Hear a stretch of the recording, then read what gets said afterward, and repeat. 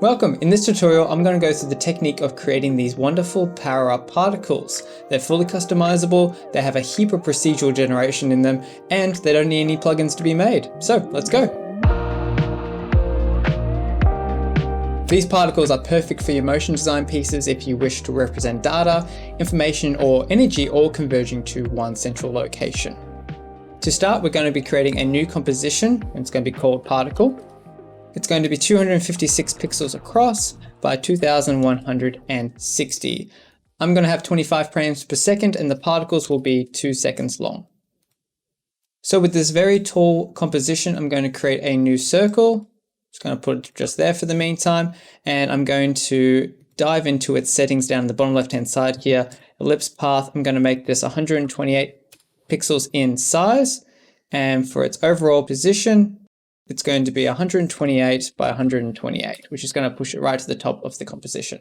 For the animation of this particle, it's quite straightforward. I'm going to have a keyframe at 0 seconds for the position and another one at the very end of the composition where it's going to end up in the middle of the composition. So I'm just going to center align it vertically, which is 1080 pixels. I'm going to add 100% velocity easing to this first keyframe here, which I'll do using motion tools up here, just fully capped out. If you don't have motion tools or anything similar to that, you can right click on it, go to keyframe velocity, and it'll bring up this box here. All that you want to make sure is that the speed is set to 0 on both sides and 100% to both sides, and you'll be good to go. Now we have a particle that starts off quite slow and moves quickly down to the center of the composition. We'll also animate the scale here. Again, it's going to be a keyframe on 0 seconds. There's going to be one around about halfway through the first second. So mine's on frame 14 and another one on the last frame. On the first and last frame, I'm going to have it set to 0% scale. And for this middle keyframe, I'm going to add about 90% velocity, somewhere in there at least. Again, if you're going through the keyframe velocity menu, just make sure that these all have 0 and 90-ish across the board. So now our animation looks like this. The last thing that we'll do here is make sure that the circle is got a fill color of white and that we don't have any stroke present on it. So that's essentially our particle animated. What I'm going to do now is make a new composition. I'm going to call this Power Up Particles. This one's going to be set to 2160 by 2160 and it's going to go for a duration of 10 seconds instead. So now when we drag in our particle here, it fits inside of our frame very well, but the nice thing here is that because we've made our particle disappear to the center of the composition, the idea is that we can rotate this to any degree and it will always end up in the same location. Now for this to be a particle system, I wanted to develop a method that would be as hands-off as possible and let the randomization take control and let the computer do all the work for us. We're going to be using an expression here so that each layer of our particle is going to take on a random rotation value. So we're going to Alt or Option click if you're on Mac, the stopwatch for the rotation property. Inside the little box that is here where it says transform rotation, we're just going to back that up and first establish a random seed for this layer. We're going to type in seed random. The first argument in the seed random function is what is its seed number. You may have seen this before used in turbulent displacement or fractal noise or even games such as Minecraft. Essentially, it's what is the random function is going to be based off on so that everything's slightly different. And the good variable that we can input here is the word index. And the index here is just referencing what is its layers number. And for instance, this is going to be layer number 1. And if we make a whole bunch of different layers, they're all going to take on that number. So layer 2 is going to have a different random seed to layer 1 and so on and so forth. The second argument to the seed random is whether you want this value to pretty much change every single frame and just generate something completely different every single frame. Or do you want it to be static, which is what we want. So we want to put in true here. We end the bracket, we put in a semicolon, and that's our first line done.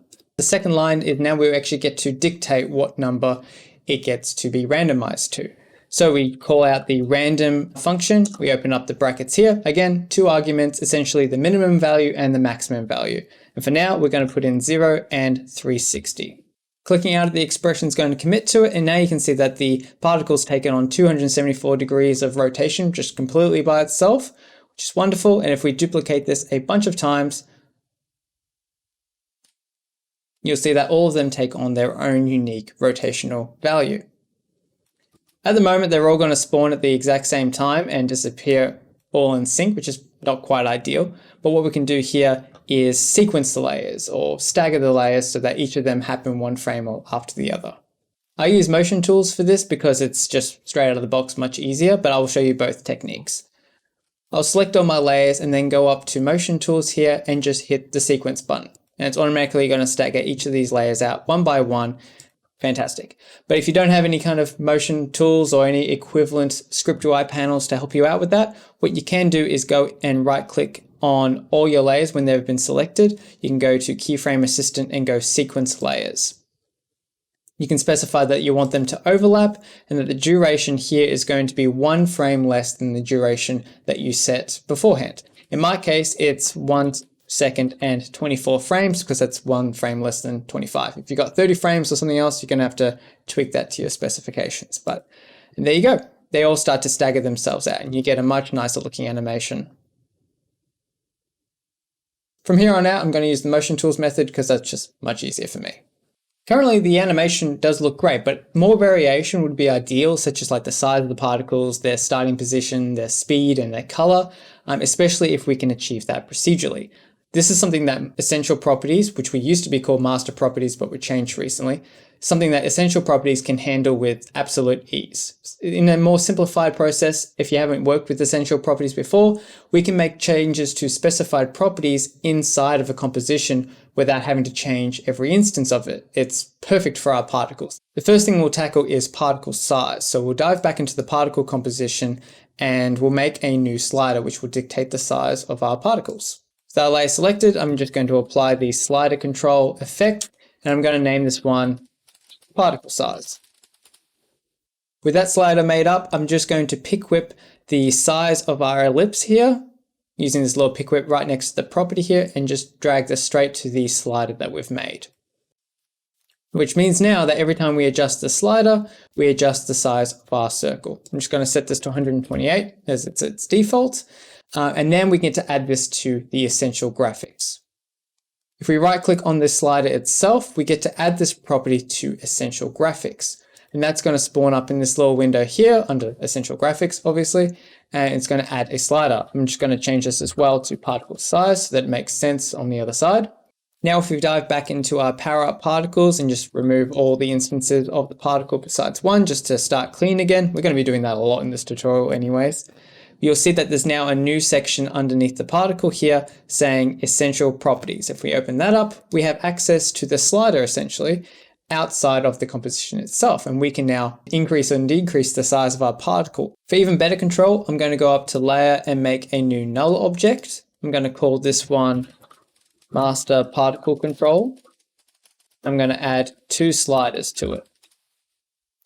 This one's going to be called size min, size minimum, and size max. I'm going to specify the first one to be 64 and then a maximum of 256. So now when we change these values, they're going to adjust all the particles that we create in the future, which is really handy. I'm going to add an expression now to the particle size. I'm going to Alt click on the stopwatch to enable that again.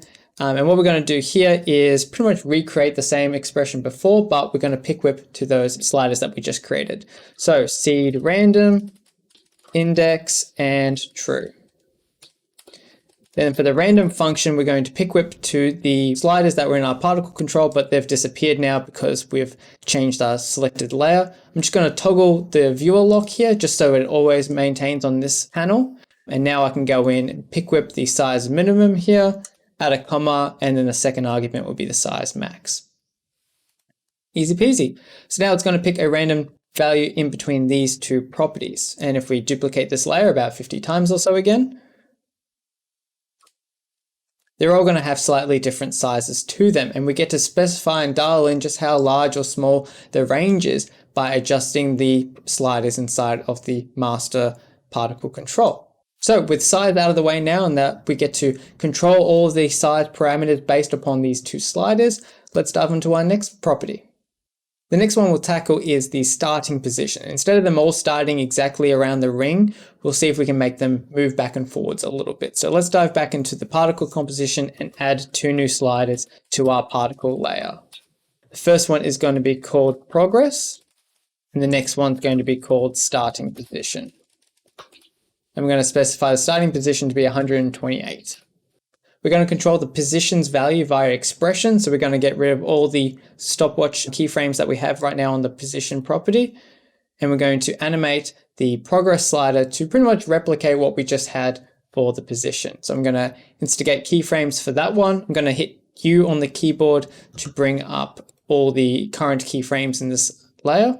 And I'm going to make another keyframe at the very end of the composition. So it's going to start off on 0% here and go all the way to 100%. I'm also going to then add the 100% easing that we had originally on the position keyframes. Now the expression that we're going to apply to the position property here is a linear expression. So essentially it can base its position off the percentage completion of the progress slider itself. It's pretty neat and I like it a lot. So we're going to call the linear function, open it up, and the first argument here is what are we comparing it to apply to the position property. I'm going to pick whip the progress slider for this one, which is good. And the range that our progress slider goes is 0 and a maximum of 100. And then we get to dictate when the progress slider equals 0, where does the position start? And when the progress slider equals 100, where does it end up essentially? So when it's at 0, we want it to be starting in the starting position. Instead of typing 128, I'm going to go one step further and just type in this comp width divided by 2. This comp.width divided by 2, which is a great start. So no matter how wide this composition is, it's always going to be centered. I'm going to add a comma in, and then I'm going to pick whip the starting position property here. I'm going to add a comma after the end of the array here and create a new array. And this one's going to be pretty much the center of the composition, which we can just do without any specific values. We can say this comp.width divided by 2, add a comma, this comp height divided by 2. So that happens all procedurally now. We don't have to calculate exactly where the middle of the composition is. So there we go.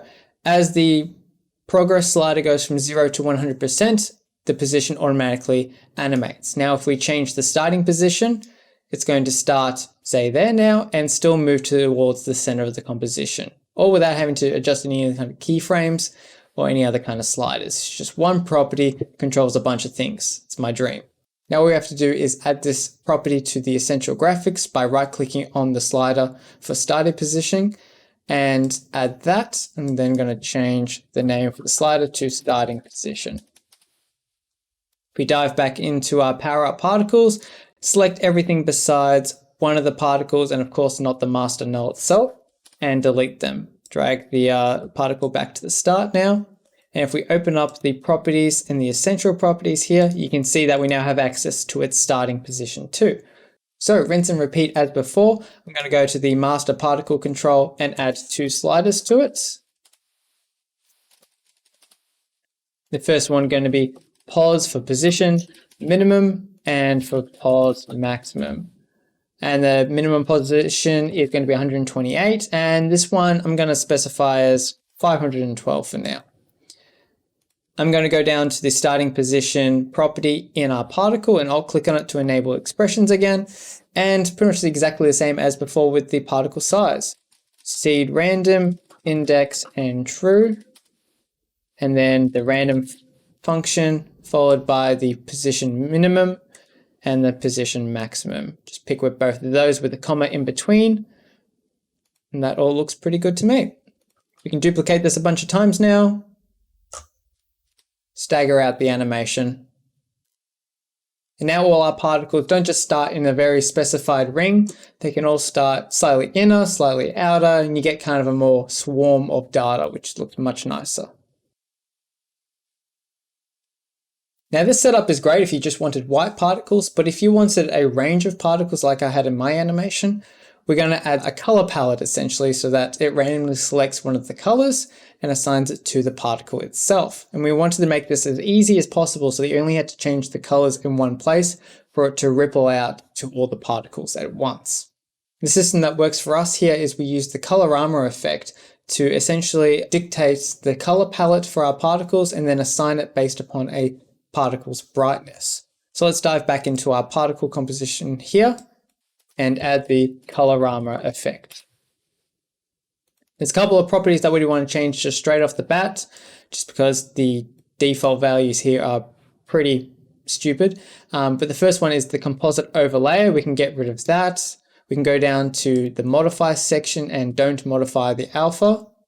And under output cycle here, we can disable the interpolate palette. So now we get block colors instead. This is a good time for you to pick a nice color palette, just something that's a bit better than hue shift.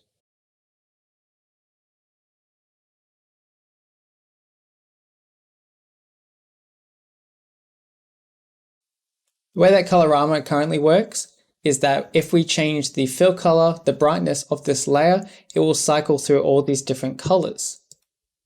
So if I go and just change the fill color here and just drag on the brightness slider here, as I go down, you'll see it shift between all the different colors that we've specified. So now all that we need to do is pretty much essentially assign a random brightness to this circle, and we get all the different colors automatically. So I'm going to just collapse that effect and add a new slider control called brightness. With that slider done, we can go down and open up the properties of the shape layer, head into the ellipse, and underneath the fill section, we're going to add an expression to the color property here. We'll first declare a variable just called RGB, because that's the best thing I could think of, and assign that value to the brightness slider. Then just to make it work inside the array that's coming up next, we divide that by 100. Then on our second line, I'm going to open up the square brackets here and type in RGB, comma, RGB, comma, RGB, and then comma 1. The first property here is the red channel, the green channel, and the blue channel. And if we specify them to all have the same value, we're just going to get a nice grayscale color. And the 1 here is for the alpha, and specifying 1 means it's fully opaque. So now when we change our slider here, the brightness of our layer changes and in turn changes the colors from the Colorama effect. As expected, we can then right click on our brightness slider here and add the property to Essential Graphics. Change its name to brightness instead. And then we dive back into the power up particles, delete all instances of the particles once again and not the null. Open that up. We'll then get the new property here called brightness. And once again, we're going to be applying an expression to it. So alt click on the stopwatch for brightness, seed random, index and true. And the random here is essentially just between 0 and 100 to get all the colors that we could possibly want. So the first one's going to be green, but then if we duplicate this a bunch of times, we get all the different colors from our color palette all at once. You can sequence that out. Now we get a nice beautiful spectrum of colors that is all controlled by the one Colorama effect. If you go back into the Colorama effect here now, you can change any of these colors to whatever you like, and it will ripple out and change all the particles in this system. Some extra tips for Colorama if you haven't used the effect too much. Double clicking on the effect will bring up the color picker where you can change the color. You can drag one of these colors away from the wheel to remove it completely. And you can also move around these little arrowheads to change just how often a color can be selected. So if you bring three arrows quite close together, there's a rare chance it will be one of these colors. So if I change this color here to something quite stark, like a bright pink, we can go back into our power up systems and see that it's already taken effect to all our particles at once, which is exactly what I was after. The next property that I wanted to adjust and see what could happen with it is a time property, just how long it takes for a particle to move from the outer position to the center position, which is kind of cool in some use cases. So let's go through how to do that. First off, in our particle composition, we're going to have to extend the duration of our composition to 4 seconds instead. Just going to zoom out here now and extend out the composition's the layer of the shape to be 4 seconds at maximum. I'm also going to add a new slider control to the particles, and I'm going to call it time variation. I'm also going to assign its property value to be 1, and that means that when it's set to 1, everything's happening at its normal rate. We'll be using the value at time expression here to slow down keyframes or speed them up based upon the time variation value. So I'm going to go down here and find my progress slider here. You can hit U on the keyboard to make it a bit easier. I'm going to add an expression to the progress slider property here. The function that we'll be calling is value at time, And the only argument that we'll add in here is time divided by the value of our time variation slider. And that's really it. All we'll do now is copy this expression and apply it to the scale so that they are always in sync if we make any adjustments to it. So when the time variation slider is set to 1, nothing's different. If we change the time variation to 2, it's going to go twice as slow and take the full 4 seconds for it to transition from its very starting point to the end point without having to change any of the keyframes, which is quite handy. Likewise, if you change it to 0.5, it's going to go twice as fast and be all over in 1 second flat. I'm going to change this back to 1, and I'm going to right click on the time variation slider, add the property to Essential Graphics, call this time variation. We'll then dive back into the Power Up Particles composition. Once again, delete everything besides one particle and the control. Make sure you drag out the layers out point here so that you get the full duration in case one of them do go for a bit longer. I'm going to add 2 new sliders, the Master Particle Control. First one's going to be called Time Minimum, the next one Time Maximum. And this is going to have a minimum of 0.5 and a maximum of 2. If we dive into the properties now inside the Essential Properties, we can add another very familiar expression to time variation. Seed random, index, and true, followed by random with our time minimum being the first property, a comma, and then time maximum. End that bracket. Now all of our particles will take on a different amount of time variation. If we duplicate that a bunch of times, you'll see the effects. I won't even sequence the layers in this case, and you'll see all the different kind of time variations come into play here.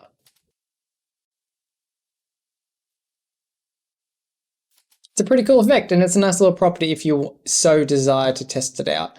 I don't find much use case for it yet, but I thought it'd be rude not to include it. So I'm just going to change this now to 0.9 and a maximum of 1.1, just for a subtle difference, but nothing too extreme. Now that we're familiar with adding like minimum and maximum sliders, we can go back and adjust the rotation expression here so that we have a bit more control over it, so we can specify specific arcs instead of it always being a full circle. I'm going to add 2 new sliders to the Master Particle Control. First one's actually going to be called Rotation Maximum, and the second one's going to be called Rotation Offset. The rotation maximum here is going to be set to 360 degrees, and the rotation offset can just stay there for now. Delete all the other instances of it. I'll bring up the rotation expression that we currently have here, and then I'll change this from 0, which is good, but instead of 360, we'll make it so that it's pointing towards the rotation maximum slider instead. Then after the last bracket, but before the semicolon, I'm going to add the plus symbol and then pick whip the rotation offset. That way, after I've duplicated this a whole bunch of times, it should look no different than normal. We then have control over just how much of the circle is actually getting particles. And then we can also rotate it around using the rotation offset, so we can have it piffing out in one certain direction. For now, I'll set this to 180 degrees and set the rotation offset to be 270. So we've just got a nice arc that's going in the upwards direction. Preview that back, sequence out the layers.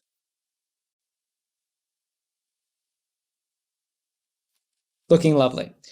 Now there's just one more property that I want to include, one more slider, so that we have greater control over the whole thing. Up in the Master Particle Control, I'm going to add in a new slider, and I'm going to call this Random Seed. So right now we've just been basing it off the layer's index, but sometimes you may just have like a stray particle or something that you don't quite the look of, or you just want to have a new instance. You just want kind of like a refresh. And with a Random Seed slider, we can do that quite easily. Once again, I'm just going to delete all other particles besides one, and I'm going to hit EE on my keyboard. So we've added 5 expressions to this layer, and all we're going to do here is for each and every one of them, after the word index in the seed random function, I'm going to hit the plus symbol here and then pick whip the random seed slider. So now that it takes the layers index into account, because we still want each and every particle to be different from the last, but then we're also going to be adding on the random seed. So it's just going to create a whole new kind of system, a whole new randomization of all the particles with just one slider. I'm just going to copy this layer in particular and copy and paste it to all the other layers. I'll duplicate it again a whole bunch of times to demonstrate. Stagger them out once again. I'll just go back to 360 for now to showcase it a bit better. So there's all our particles, but now as we iterate between and change the value of the seed random, we just get a whole new bunch of particles that we get to play around with and just get to experiment to see which one we like the best. And there's our particle system done essentially. We've got all these properties and sliders and colorama effects set up that you only have to manipulate them once for it to be rippled out throughout your entire particle system. We've got them in a nice square, high definition composition here that it's ready to be implemented in whatever animation projects that you might have on. You can incorporate more glows and shadows and lighting and all the other wonderful compositing techniques that you may have to enhance your animations. Of course, we have included this project available on our Gumroad for free so that you can incorporate in an instant. You can just import the project and have the particles ready to be used instantly. Unfortunately, the project's only available for After Effects versions 2018 and above, because before then, essential properties didn't exist and this particle system wasn't going to be possible in such a nice and efficient way. So do head over to our Gumroad and download it. It could be nice just to store on your hard drive somewhere, and for that one fateful day that the client asks for a data transfer or something magnificent like that. Thank you so much for watching this full tutorial. It's quite a lengthy one, isn't it, in the end?